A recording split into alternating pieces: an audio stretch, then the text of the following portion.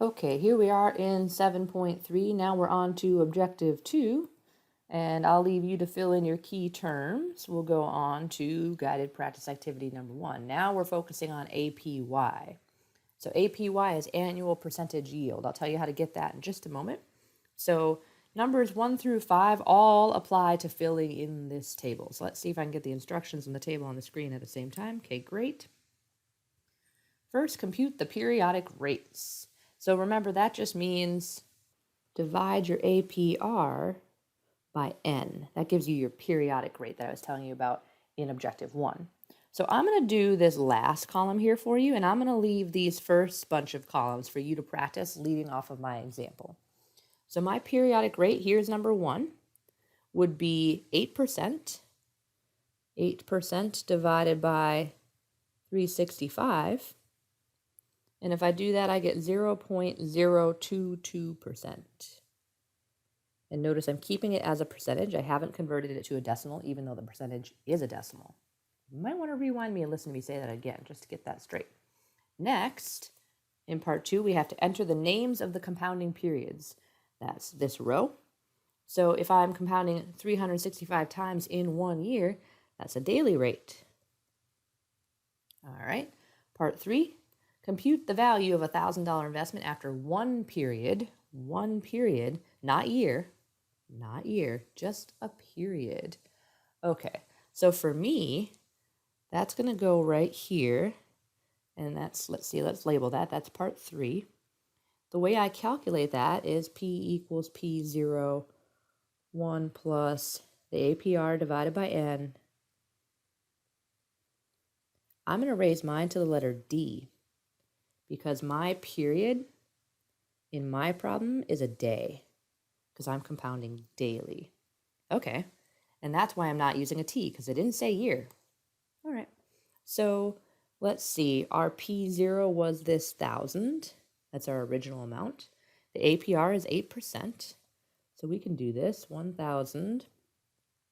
1 plus, again, my calculator doesn't have a percent button, so I'm going to turn the 8% into a decimal, divided by 365, and raise that to the 1, because I'm doing 1 day. And if I put that into a calculator, I'll get $1,000.22. So that's what I got there. Part 4 is right here. Compute the value of the $1,000 investment after 1 year. So remember, that changes your equation ever so slightly. It's mostly the same. The only difference is now your exponent is n times t, because t is in years. And my n is 365, because that's how many times I'm compounding in a year. So if we do that, we'll have 1,000 times 1 plus 0.08 divided by 365. Again, my n is 365. And now I'm doing 1 year, so I have to multiply by 1. If I put that into my calculator, that'll give me my answer here. And I get $1,083.28. And lastly, part 5 goes down here in the last row. We need to find the APY. FYI, let me say that slower.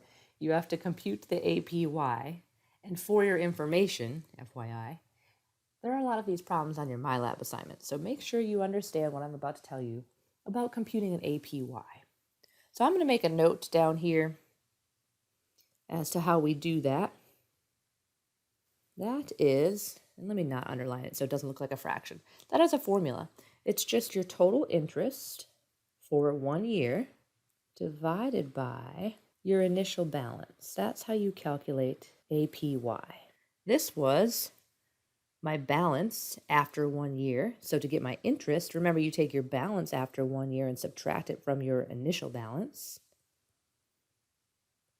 If you want to know the interest, you take your new balance and subtract the initial balance, divide by the initial balance. And if I put that into a calculator, I get, let's see, I'll put that right here, 0.328. And if I make that a percent, that would be 8.328%. So that's how I do mine. You can try yours. That'll be very good practice for your homework and your quiz. And lastly, I'm going to add a part 6 to this worksheet. You might need to do this in your notebook if you're running out of space on this page. The part 6 that I would like to add will also be good practice for your MyLab assignments. Let's compute the value of the investment after 12 years. So I'm just going to extend these columns down. You know what? I better do that in pencil so it doesn't make a mess of things. I'll just extend these columns down so we can do that down here. And then you could do the first several columns, and I'm going to do this last one right here. This is what I'm going to do. That's actually very easy once we have our equation from part 3 here. Sorry, not part 3. Our equation from part 5. We want the part 5. Now, we can learn something from the mistake I just made, something very important. The reason you want to use the equation from part 4, and apparently I can't read, I said 5. The reason you want to use the equation from part 4 is because that is in years, which is why there's a T right here. The equation from part 3 for me was in days. And this question down here in number 6 is talking about years. So that's how you decide which equation you want to use. So I want to use that equation right there. And this one has all the numbers plugged in. And I'm going to plug in 12 where I used to have 1. And then I'll put it in my calculator. So if I do that, I will have 1,000 times 1 plus 0.08, the same old stuff. The only thing that changes is the t. Now my t is 12. So that's what I'm going to multiply by. And like I was telling you earlier, you may want to put parentheses around your exponent, depending on which calculator you use.